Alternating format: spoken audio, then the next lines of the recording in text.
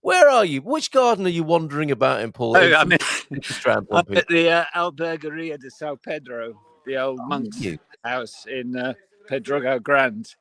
right? And Where those are not today, monks we can hear, are they, in the I've background? answered the question: how many people does it need to build a swimming pool? Men looking into a hole. So Fantastic. that's 5 of them. There's one Right. guy here actually doing some work. Yes.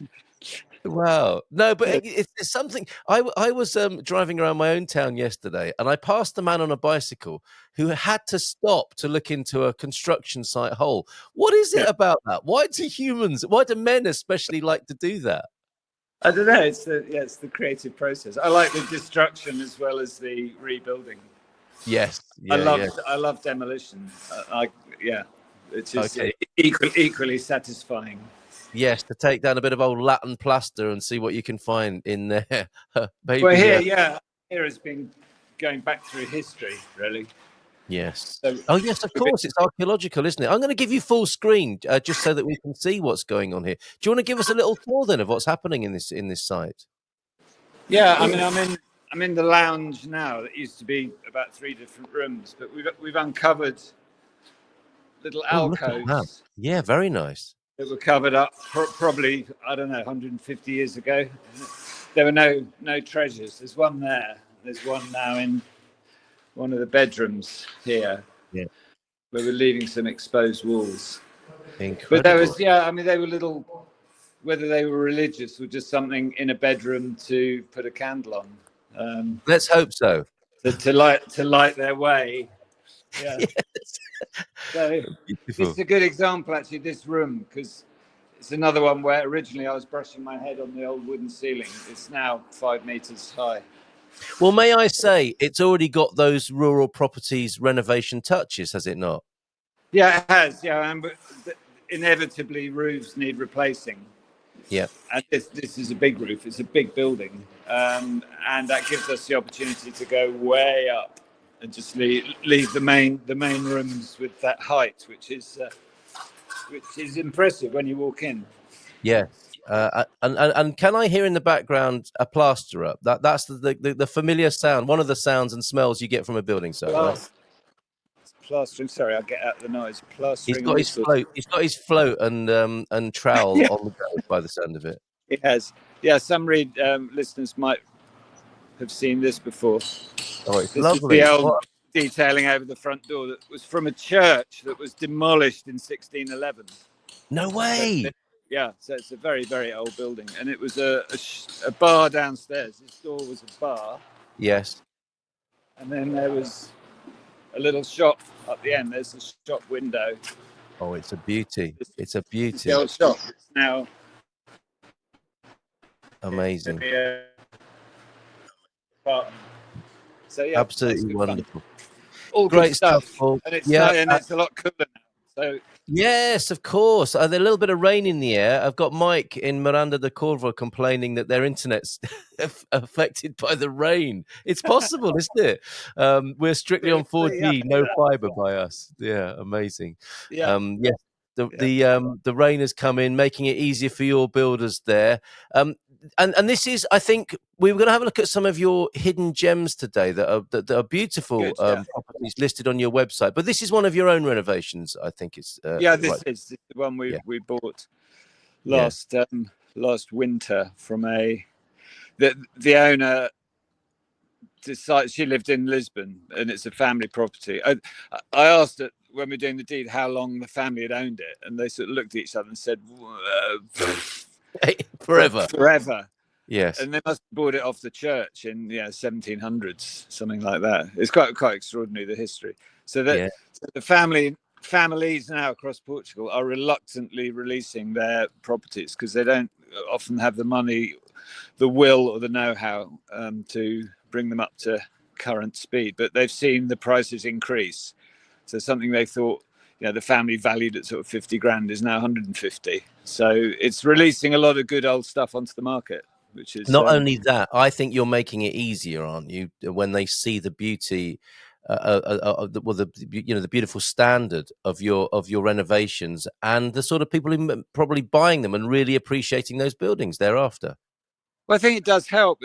I was in Pedro Albergaria at the weekend, and there was some filming going on. They're filming a romantic film story, and I was at Casa Adelina that we had on the show last month. Absolutely, yeah. And there was this sort of nose pressed to the window. So I whipped the door open, and we ended up with, I think, 7 or 8 of the elderly residents and visitors having a look round and clucking and saying lovely things. Fantastic. One of which was a lady from Lisbon who is Nurse Adelina's oldest and bestest friend. No way. So we got a load of information from her, and she was nearly in tears, looking around. Oh, I remember this, and I remember. Oh, good. Oh, it's so beautiful now. She'd be so pleased. Yeah. And yes, I was going to ask you. You know that's what you want to hear, isn't it? She would have loved this. Isn't that fantastic? Yeah, definitely. Somebody put some flowers on Adelina Petrocinio's grave up at the cemetery the other day, and immediately everyone thought it was me. Oh, really? Such is that sort of connection that we've made between her memory and the house being renovated. It wasn't me. I think it was probably her best friend, actually. Yes, that would make sense. There it is. That's the property in question. Yeah, that's the one. Yeah. So absolutely. I'm surprised you haven't sold it yet. Maybe you have, but it's absolutely beautiful. Yeah, it's not sold yet. We've got visits lined up, right. including a American couple that sound ideal. But yeah, I mean, it's been widely advertised and it is still for sale. But we've got viewings coming out. It won't take long. So modestly priced at 300,000 euros. I mean, about 1,500 euros a meter, which is perfectly reasonable for this in this day and age in this market. Yes. And it's very special. It's not run of the mill stuff. And when you say you think people would be perfect, it's because I guess they're on the same wavelength. They're appreciating the standard. They're loving the history. That's the sort of buyer that you're going to attract, I think, for this. Well, I think American buyers love central heating and double glazing, and there is that. A fully functional house where they're not spending ages trying to converse with the plumber. Yes, because of course, as we found out on Friday, we were looking at real estate euphemisms, and historical character could mean a lack of heating and windows, could it not? But not for you. Or historical character to me means howling gale. Yeah. Yes, but not for Adelina. Double glazing and good reliable heating, the sort of thing some people are expecting when they arrive and buy a property here in Portugal. Right, fantastic. We're talking about hidden gems and some of the beauties that you are working with. That's certainly one of them. I do want to talk to you about the Portuguese citizenship test as well. Maybe we can get that out of the way. I'm sure you'll ace this. This is my... Oh, no. What? You putting you on the spot, Paul? You really needn't worry with this question, honestly. Okay, unless of course it is a trick question. Don't get nervous. Don't get nervous. Right, Portuguese number 7 in our test to help people with the forthcoming cultural testing, which I think is inevitable. What is the name of the spicy sausage? Come on, Paul. You're a spicy sausage expert, I've heard. Used in many Portuguese dishes. Is it A, chorizo? Is it B, alheira, which has an interesting story? Is it C, morcella, which I think is the blood sausage? That's the blood sausage. Yeah, it's chorizo. Yeah. Chorizo. There you go. I think you might be right. Yeah, I think so. Okay, all right. Very good. Right, so let's have a look then at some of your other listings. Before we move on, you're in Pedro Grande, is that right? At the moment, yeah. Right, okay. And I'm very interested. I've wondered for a long time what Albergaria means. It means hostel, like alberge, doesn't it? It's the equivalent. Auberge de la jeunesse. Yeah. So it was a monk's hospital and overnight monk run overnight stop, because it's near the Roman bridge over the river.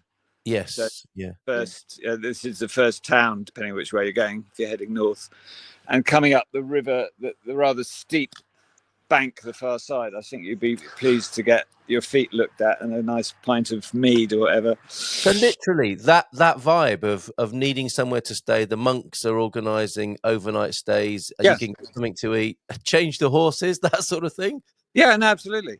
Wow.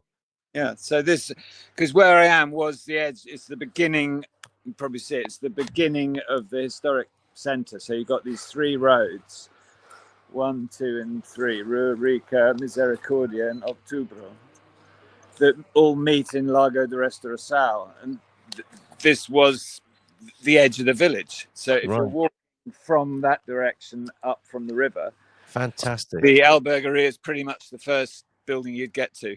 I mean, it was probably surrounded by farmland and grew its own food, etc. to begin with. Incredible. Yeah, it is. Yeah, but the church, I just think it's amazing. The church that they nicked this pediment from above the door was from the old church, and up Rua Misericordia is the new church, and that is 1611.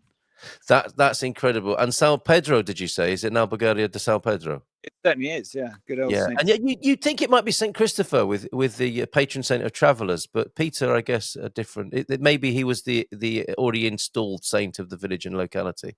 Well, it was probably Saint Peter's Church. Right. Okay. Yeah. So very good. And travelling, it was I don't know how they picked them actually, to be honest. But no, that's a question for another time. And yes, Albergaria. Then, if you see that around Portugal, it will have some sort of hostel beginnings. We have an Albergaria de São Pedro, where we have our disco and karaoke every month here in São Martinho de Porto. So yeah, that's what that means. Right. Let's go to your website, and we're going to scroll through a few of these beauties that Gemini has picked up on here. Some beautiful places in Portugal hidden. You just have to find them. And Paul, you seem to have a knack for it. And given that you found a few, maybe more people are coming to you and saying, "Could you work with us on this gem that we have as well?" Is that what's happening? Yeah, people. That's how we got into what I call the third-party properties.